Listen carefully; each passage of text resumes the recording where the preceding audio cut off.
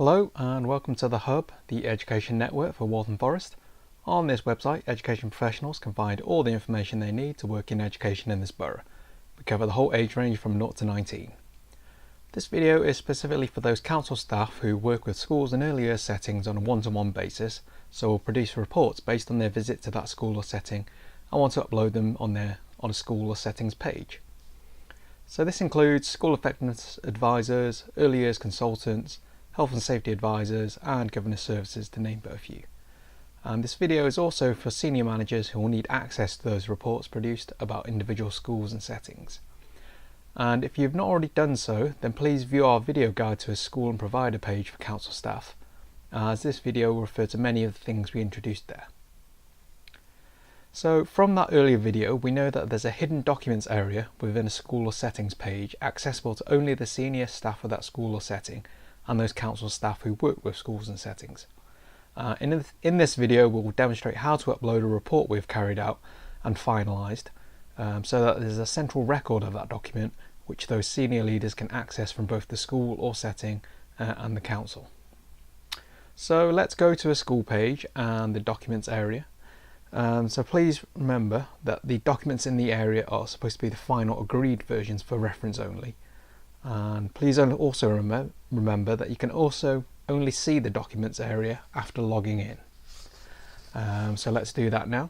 So I'm going to click on login in the top right hand corner of the screen and then enter my credentials.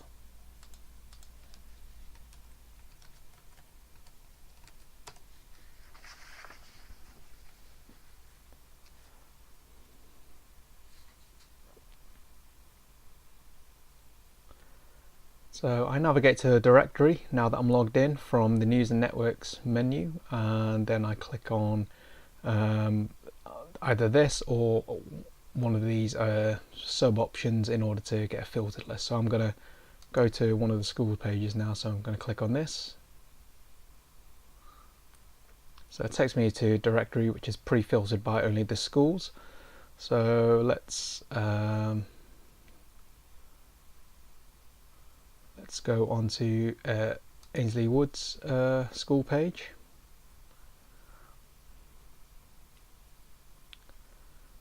And if you do not see this documents tab, then when you go onto a school page, then it means you haven't been set up with the correct permissions. So please email the hub at thehub@walthamforest.gov.uk stating that you need access to the documents area, copying in your manager to show that he or she approves this request for access. At the moment the basic information tab is highlighted, so we want to go into the documents area by clicking on it, so let's do that now. So now that we're in there, the first step in the process is working out what file you want to upload and whether you've named it appropriately.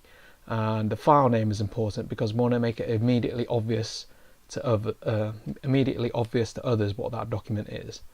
So if you do want to rename your file before uploading, it's a very simple process. Just find the file in your directory, right click on it, then click rename, and then you can just type in the new name, pressing return or enter to save the new name. And the second thing to think about is the format of your document. So you can see there's a mixture of Word documents and PDF files here. Because the documents in this area are supposed to be the final agreed versions for reference only, it may be more appropriate to upload PDF documents as opposed to Word documents. So please think about that when doing it. Again, the conversion process for a Word document to a PDF file is very straightforward.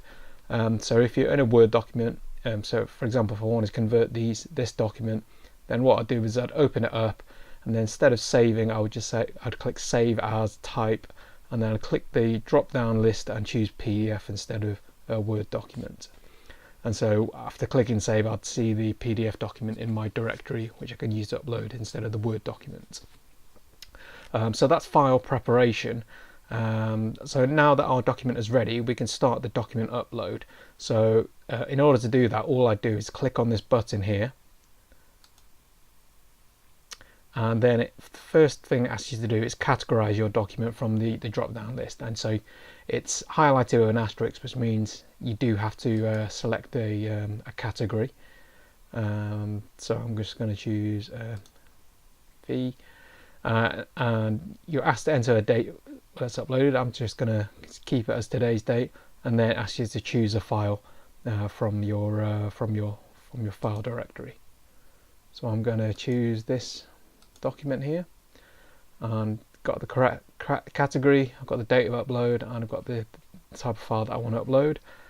Now that I'm happy with it all, I just click on upload.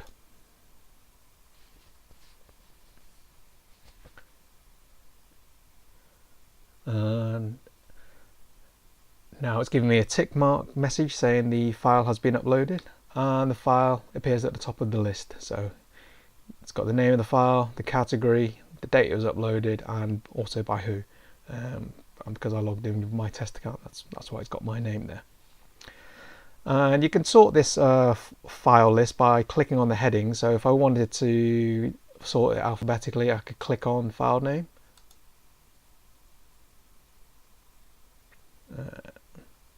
So it refreshes the page and does that.